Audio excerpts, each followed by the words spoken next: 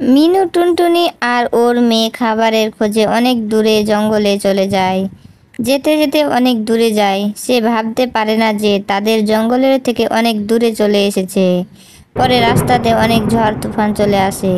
তারা মা মেয়ে এক গাছের ডালে বসে যায়। মা, এই জঙ্গল তো আমাদের না, আমাদের জঙ্গল থেকে অনেক দূরে আমরা চলে আসছি। গাছ, এই লতা পাতা আমি তো আগে কখনো দেখি নাই।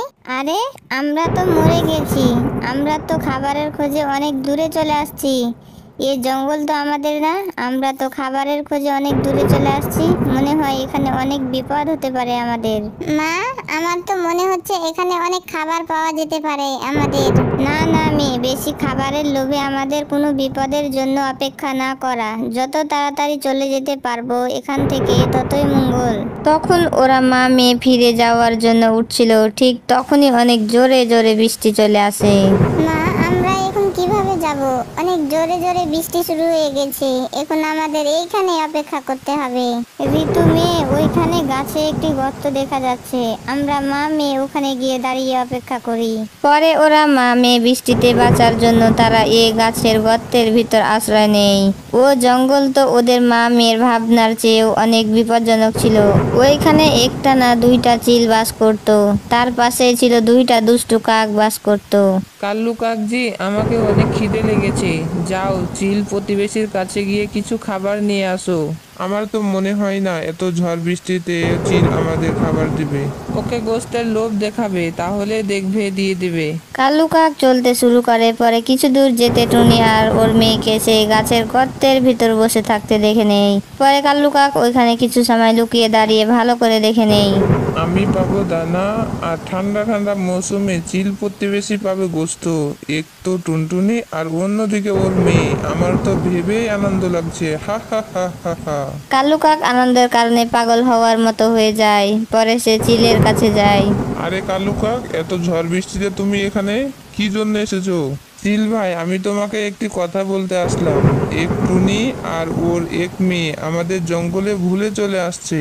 তারা বৃষ্টিতে বাঁচার কারণে ওরা মা মেয়ে এক গাছের গর্তে গিয়ে লুকিয়ে দাঁড়িয়ে আছে। চিল তো কালো কাকের কথা শুনে অনেক আনন্দে নাচতে লাগে। রেশমি রেশমি উঠো, কালু কাক অনেক খুশির খবর নিয়ে আসছে। বর্ষার সময় আমরা মাংস খেতে পারবো। উঠো তাড়াতাড়ি, যাওয়ার জন্য তৈরি হয়ে যাও। যদি আপনি আমাকে কিছু খাবার দেন, তাহলে আমি এক্ষুনি আপনাদের ওই টুনটুনির কাছে নিয়ে যেতে পারি। ওগো, ওকে কিছু খাবার দিয়ে দাও তাড়াতাড়ি। আজ আমরা অন্য খাবার খাবো না, আজকে আমরা ওই টুনটুনির মাংস খাবো। কাল্লু কাককে খাবার দিয়ে দেয়। পরে কাল্লু কাক চিলকে সেই টুনটুনির কাছে নিয়ে যেতে লাগে। পরে ওরা দুই ভয়ানক পাখি গাছের ওপর লুকিয়ে লুকিয়ে টুনটুনি আর তার মেয়েকে দেখতে লাগে। ওই দেখো, ওই যে সামনে বসে আছে। কোথায় কোথায়? আরে ওই সামনে গাছের গর্তের ভিতর দেখো। হ্যাঁ, আমি দেখতে পেয়েছি। ওইখানে তো দুইটা টুনটুনি আছে। ছোটটা আমার রেশমি খাবে আর আমি বড়টা। হা হা হা হা হা। ঋতু মেয়ে, আমার তো মনে অনেক ভয় লাগতেছে। এই জঙ্গলে মনে হয় অনেক বিপদ হতে পারে। মা, বিপদ যতই বড় হোক না কেন, ওদের সামনে মোকাবেলা করতে হবে আমাদের। এটাই তো তুমি শিখিয়েছো আমাকে। এখন আমি যাচ্ছি। এখন তোমার কাজ তুমি নিজেই করো। ওই দুষ্টু চিল উঠতে লাগে, সোজা গর্তের কাছে যায়। গিয়ে গর্তের রাস্তায় দাঁড়িয়ে রাস্তা বন্ধ করে দেয়। যদি কেউ উড়ার চেষ্টা করো, তাহলে দুজনকে এখানে মেরে ফেলবো। যদি বাঁচতে চাও, তাহলে আমি একজনকে বাঁচতে দিতে পারি। তাহলে আমার কাছে একজনকে ধরা দিতে হবে। খবরদার, যদি তুমি আমার মেয়ের দিকে খারাপ চোখে দেখেছো তো, যদি তুমি আমার মাকে ছুঁয়ে দেখেছো, তাহলে আমি তোমাকে জানে মেরে ফেলবো। হা হা হা হা হা। সিদ্ধান্ত তোমাদের কাছে। একজনের জীবন তো যাবেই যাবে, তাহলে আমার খিদা মিটবে। তাড়াতাড়ি বলো, না হলে আমি আমার কাজ নিজেই করে নেব। আপনি আমাকে নিয়ে যান, আমাকে খেয়ে নিন, কিন্তু আমার মাকে ছেড়ে দিন।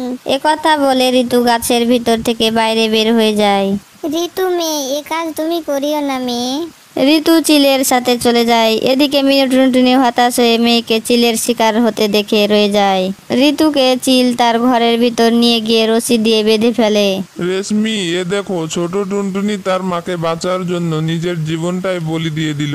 ওগো, ওর মাকেও নিয়ে আসতে, তাহলে একজনকে কাবাব আর অন্যজনকে রোস্ট করে খেতাম। ঋতু ভয় করছিল, কিন্তু আবার সাহসও করছিল, কেননা ঋতু টুনটুনি সে তার মায়ের কথাগুলো সবসময় মনে রেখেছিল। চিল আন্টি, আন্টিজি, আপনারা যখন আমাকে খাবেন তার আগে আপনাদের দাঁতগুলো সাফ করে নিন, কেননা আপনাদের দাঁতগুলো অনেক নোংরা লেগে আছে। ছোট টুনটুনির কথা শুনে ওরা দুই চিল অনেক হাসতে লাগে। কালু কাক আর ওর বউ অনেক মজা করে খাবার খায়। কালু কাক, একবার গিয়ে দেখো তো ওই চিল মা মেয়েকে নিয়ে গেছে নাকি একজনকে নিয়ে গেছে। হা হা হা হা হা, আমি এক্ষুনি গিয়ে দেখছি। কালু কাক আবার উঠতে লাগে।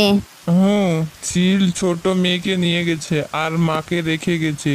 যদি আমি তার মাকে চিলের কাছে নিয়ে যেতে পারি তাহলে আমাকে চিল আরো অনেক খাবার দেবে। দুষ্টু কাক মিনু টুনটুনির কাছে যায়। মিনু টুনটুনি কাঁদতেছিল। টুনটুনি টুনটুনি, তুমি এখানে কি জন্য বসে আছো আর কাঁদছো কেন? ওই শয়তান চিল আমার মেয়েকে ধরে নিয়ে গেছে। তুমি চলো আমার সাথে, আমি তোমাকে ওই চিলের ঘরে নিয়ে যাব। আমার ওই চিলের ঘরের ঠিকানা জানা আছে। কালু ভাই, এ তো আপনার দয়া আমার ওপর।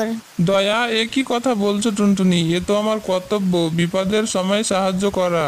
চিলের ঘরের কাছে গিয়ে আওয়াজ দিতে লাগে। পরে চিল দরজা খুলে বের হয়। কোথায় দুষ্টু চিল, কোথায়? আমার মেয়েকে কোথায় রেখেছো? আমার মেয়েকে দাও। পিছন থেকে কালু কাক মা টুনটুনিকে ধাক্কা দিয়ে চিলের ঘরের ভিতর ঢুকিয়ে দেয়।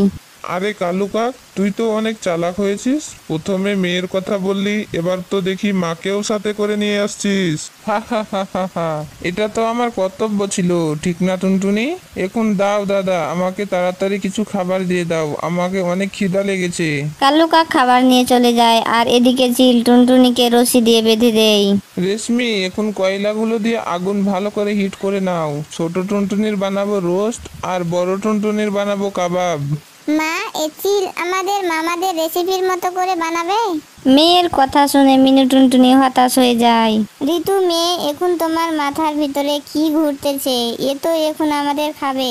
আফসোস, যদি এরা মামাদের রেসিপির মতো করে বানাতো তাহলে এরা আমাদেরকে খেয়ে অনেক মজা পেত।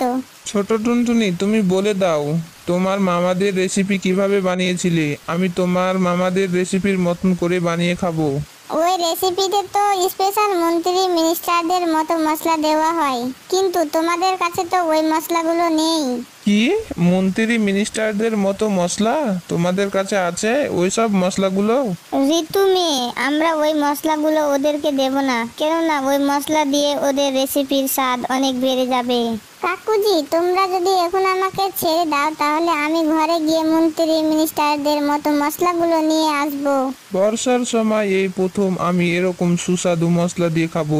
যাও, তুমি যাও, মশলাগুলো নিয়ে আসো। আর শুনো, তুমি যদি না আসো তাহলে তোমার মা তো মরে যাবে। তুমি বেঁচে থেকে কি করবে? না না, আমি এক্ষুনি যাব, আবার এক্ষুনি ফিরে আসবো। টুনটুনি বাইর হয়। কিছু দূর যাওয়ার পর এক গাছের ওপরে কিছু সময় বসে থাকে, আবার কিছু সময় পর ঘুরে আসে। মা, আমার সাথে চলো। আমার কি জানা আছে কোনটা রোস্টের মশলা কোনটা কাবাবের মশলা? আমাদের পাগল ভেবেছো? তোমরা দুজন যদি যাও তাহলে ঘুরে আর আসবে না। চিল ভাই, তুমি আমাদের বিশ্বাস করো। যেমন তোমাদের আমাদের মাংস খাওয়ার ইচ্ছা হচ্ছে, আমাদেরও একটি ইচ্ছা হচ্ছে যে মরার আগে আমাদের গোস্তগুলো যেন মন্ত্রী মিনিস্টারদের মতো মশলা দিয়ে বানানো হয়। মরার আগে আমাদের এই ইচ্ছাটা পূরণ করার সুযোগ দাও। ওগো, গোস্তগুলো অনেক সুস্বাদু হতে হবে। যাও যাও, তোমরা তাড়াতাড়ি রোস্টের আর কাবাবের মশলাগুলো নিয়ে আসো। পরে ওরা মা মেয়ে চিলের বাসা থেকে বের হয়ে পালাতে লাগে। ঘুরে ঘুরে দেখে আর অনেক জোরে জোরে উঠতে লাগে। পরে ওরা কিছু সময় পর ওরা চিলের কাছ থেকে ছাড়া পেয়ে যায়। কিছু সময় পর ওরা ওদের বাসায় পৌঁছে যায়। ঋতু মেয়ে, সত্যি কি আমরা এখন বেঁচে আছি? না না মা, আমি তো ঋতুর আত্মা দাঁড়িয়ে আছি। পরে ওরা মা মেয়ে অনেক খুশিতে হাসতে লাগে, আনন্দ করতে লাগে। হ্যালো বন্ধুরা, আমরা এই গল্পতে কি শিখতে পারলাম যে বিপদের সময় বুদ্ধি দিয়ে কাজ করলে অনেক বিপদ থেকে রক্ষা পাওয়া যায়। হ্যালো বন্ধুরা, আমাদের ভিডিওটি কেমন লেগেছে আপনাদের? ভালো লেগে থাকলে আপনারা লাইক, কমেন্ট, শেয়ার করবেন, সাবস্ক্রাইব করবেন আর আমাদের সাথে থাকবেন।